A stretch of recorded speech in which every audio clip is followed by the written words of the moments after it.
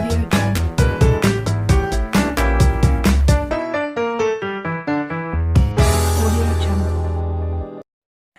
you ever been so curious about how biology and technology collide? For today's video, we will be entering the fascinating world of biotechnology through the lens of IOK!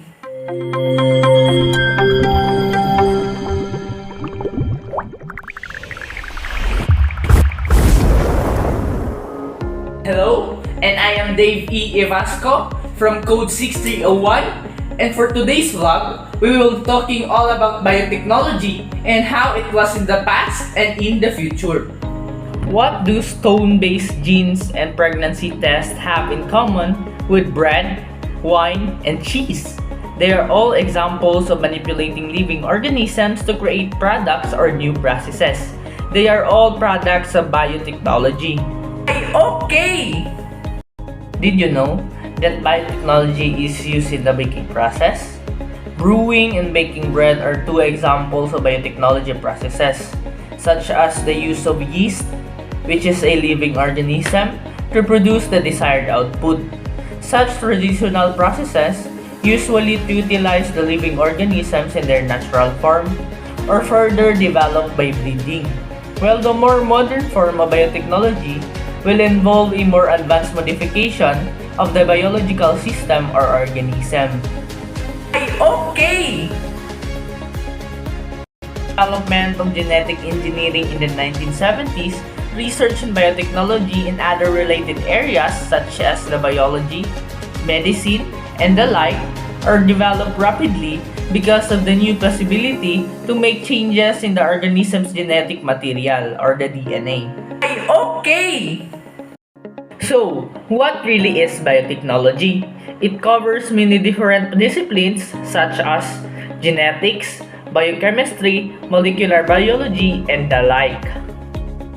New technologies and products are developed every year within the areas of, for example, medicine, development of new medicines and therapies, for agriculture or the development of genetically modified plants, biofuels, biological treatment, or industrial biotechnology such as the production of chemicals, the paper, the textiles, and food.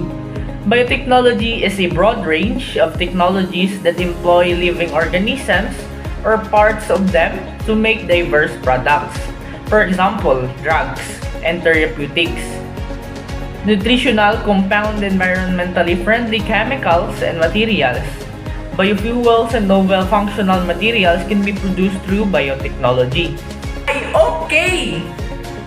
More broadly, medical biotechnology, agricultural biotechnology, and industrial biotechnology will all play increasingly important roles in our everyday life. Okay! When did you start acknowledging biotechnology? Well, biotechnology is not a new discipline, but it is advancing by leaps and bounds, and it has increased applications in our day-to-day life. Okay! Let's now touch the field of biotechnology before. Humans have used biotechnology since the dawn of civilization. Egyptians used yeast to bake leavened bread. The Chinese developed fermentation techniques for brewing and cheese making. And the Aztecs used spirulina algae to make cakes. Okay! When most people think of biotechnology, they think of recombinant DNA. Although much of modern biotechnology does deal with manipulating DNA, classical biotechnology began long before we even knew about genes or chromosomes. What began as recipes for production of food now includes technology to enhance everything from farming to pharmaceutical. Okay! Evolution of biotechnology over the last century. In year 1919, a Hungarian agronomist called Karl Erecki coins the term biotechnology, and in the year 1928, Scottish bacteriologist Alexander Fleming discovers the antibiotic use of penicillin, while in year 1943, Canadian scientist Oswald Theodore Avery discovers that DNA is the carrier of the genes.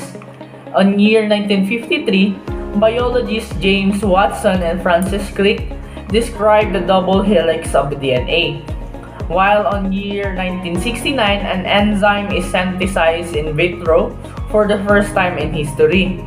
On year 1983, the first genetically modified plant is presented.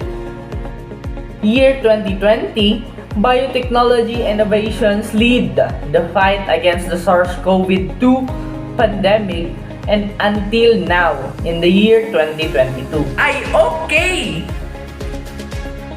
Biotechnological innovations are already part of our daily lives, and we find them in pharmacies and supermarkets, among any other places. In addition, in recent months, biotechnology has become a spearhead in fight against the COVID-19 global pandemic, since it helps to decipher the virus genome and understand how our body's defense mechanism works against infectious agents. Ay, okay! Evolutionary spirit of those advances prior to the creation of the term, such as the fermentation of bread, cheese, or wine, has remained intact until the present day. Nevertheless, biotechnology will become as common as having a cell phone or going online.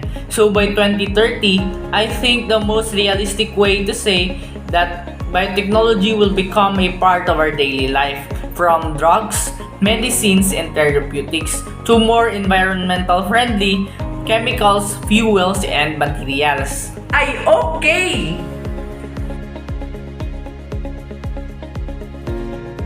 My biggest takeaway from this course is that studying technology and sciences gives us insight how various knowledge processes begin and progress, as well as how novel technological processes are invented, employed, and grow in importance.